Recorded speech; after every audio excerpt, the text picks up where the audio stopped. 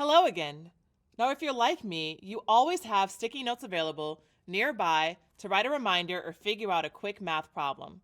Sticky notes are useful and important, but they're also disposable since you usually only need them for a short time before you recycle them. Data analysts have their own version of sticky notes when they're working in SQL. They're called temporary tables, and we're here to find out what they're all about. A temporary table is a database table that is created and exists temporarily on a database server. Temp tables, as we call them, store subsets of data from standard data tables for a certain period of time. Then they're automatically deleted when you end your SQL database session.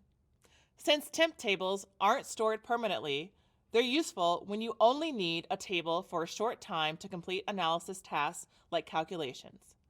For example, you might have a lot of tables you're performing calculations on at the same time. If you have a query that needs to join 7 or 8 of them, you could join the 2 or 3 tables having the fewest number of rows and store their output in a temp table. You could then join this temp table to one of the other bigger tables. Another example is when you have lots of different databases you're running queries on. You can run these initial queries in each separate database and then use a temp table to collect the results of all of these queries. The final report query would then run on the temporary table. You might not be able to make use of this reporting structure without temporary tables. They're also useful if you've got a large number of records in a table and you need to work with a small subset of those records repeatedly to complete some calculations or other analysis. So instead of filtering the data over and over to return the subset, you can filter the data once and store it in a temporary table. Then you can run your queries using the temporary table you've created. Imagine that you've been asked to analyze data about the bike sharing system we looked at earlier. You only need to analyze the data for bike trips that were over 60 minutes or longer, but you have several questions to answer about the specific data.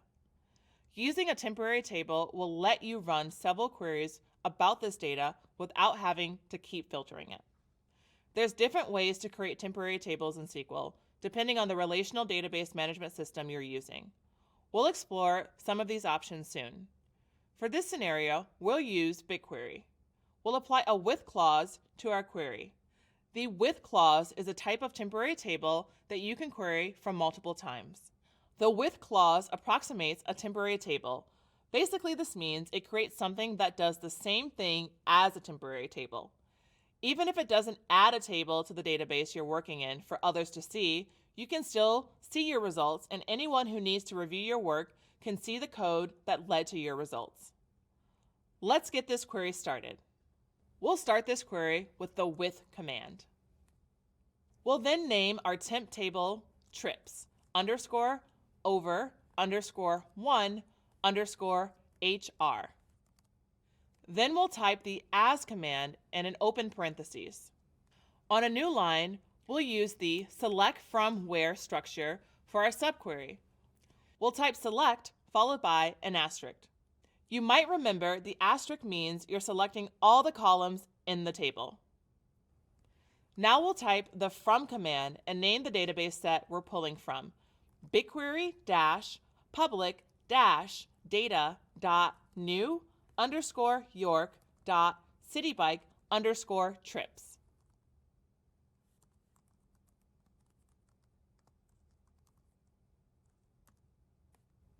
Next, we'll add a where clause with the condition that the length of the bike trips we need in our temp table are greater than or equal to 60 minutes.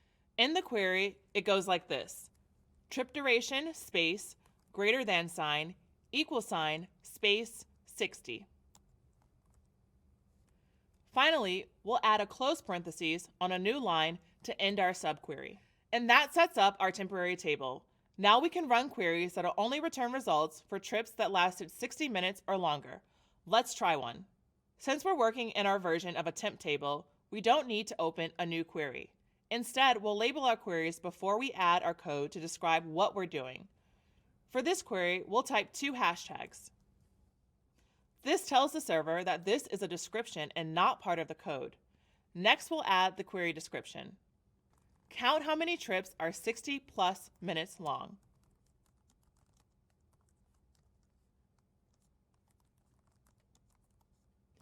And then we'll add our query. Select, then on a new line, count with an asterisk in parentheses, and as followed by CNT to name the column with our count. Next, we'll add from and the name we're using for our version of a temporary table, trips over 1 hour. When we run our query, the results show the total number of bike trips from the dataset that lasted 60 minutes or longer.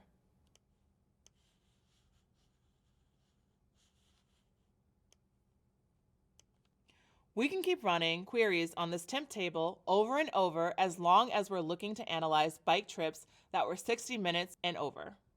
And if you need to end your session and start a new runtime later, most servers store the code used in temp tables. You'll just need to recreate the table by running the code. When you use temporary tables, you make your own work more efficient.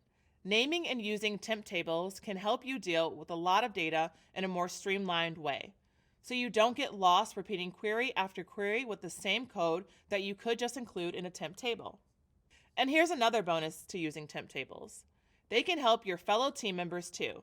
With temp tables, your code is usually less complicated and easier to read and understand, which your team will appreciate.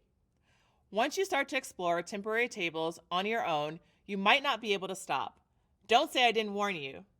Coming up, we'll explore even more things you can do with temp tables. See you soon.